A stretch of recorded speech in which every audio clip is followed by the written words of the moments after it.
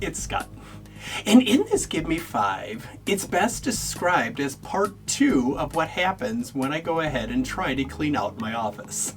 And with that, in addition to finding, you remember from a previous Give Me 5, how we had the preserved and dissected sheep brain, and we got to touch on the different parts of the brain and the herniation of the brain stem, or some variation thereof. However, as I kept looking through the cabinets, I also went ahead and found this. And what's kind of neat about this is that we have a preserved sheep skull, but more importantly is when we take the top off. That's what I want to touch on in the next couple of minutes, is just a quick review of when it comes to meninges. And remember, in school, we were taught meninges were the shrink wrapping of the brain and the spinal cord. And in school, we were taught, many of us remember that whole pad, otherwise known as Pedi-Ed, then arachnoid, then dura. And in reality, that's too much to remember.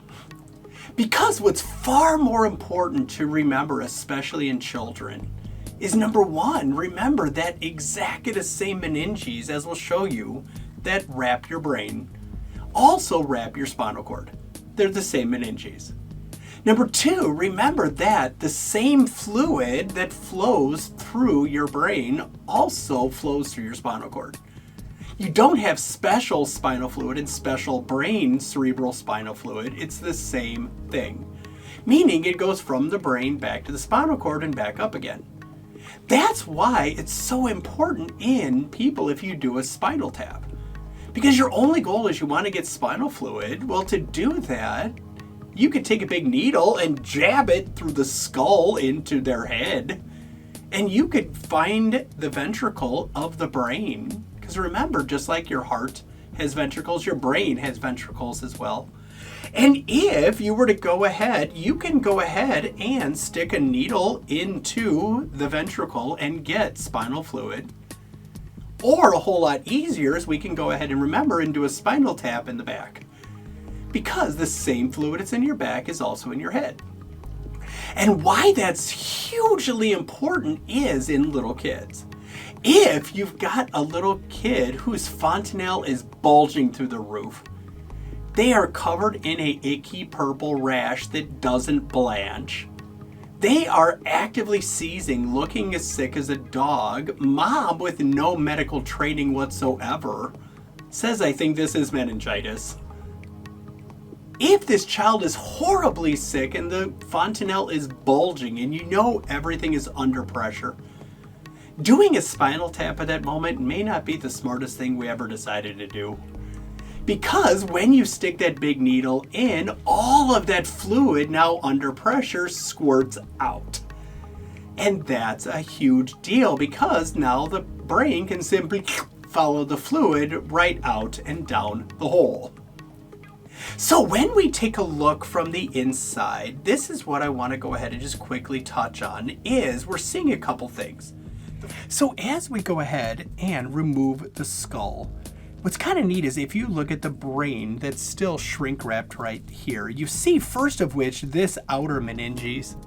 And remember, this outer meninges right here is your dura mater, which comes from Latin meaning tough mother. And why that's kind of neat is you can literally take the dura mater and you can lift the entire brain and skull off and the dura mater doesn't rip. That's why it's such a huge deal when you've got a little kid that's got an epidural. Because epi means above and dura means dura. So when you have an arterial bleed that goes between this and the skull, nothing good is going to come of this, is the only thing that's going to get squished is going to be the brain. So as we peel it back, there is your dura mater. When we take a look at the brain itself, if you can kind of make out, there's a little tiny film, like a little bit of shrink wrap or saran wrap that goes right over the top. And between the dura and the pia, you remember, is your arachnoid layer. And that comes from Latin meaning spider, because if you look under the microscope, you actually see little tiny, seemingly leg-like projections going down. Then, if we go all the way underneath the arachnoid layer, inside of all those little grooves and ridges of your brain, where they actually go in and out is going to be your pia mater. So in school, we memorize pia, then arachnoid, then dura mater, or tough mother out here on the outside. An epidural bleed above the dura. A subdural is underneath the dura. Subarachnoid is under that little filmy layer, your arachnoid layer.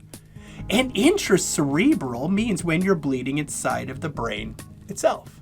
So if you remember nothing else in school, we memorize pia, then arachnoid, then dura. But far more important in real life, the same meninges that are in your head are also in your back. The same fluid that's in your head is also in your back.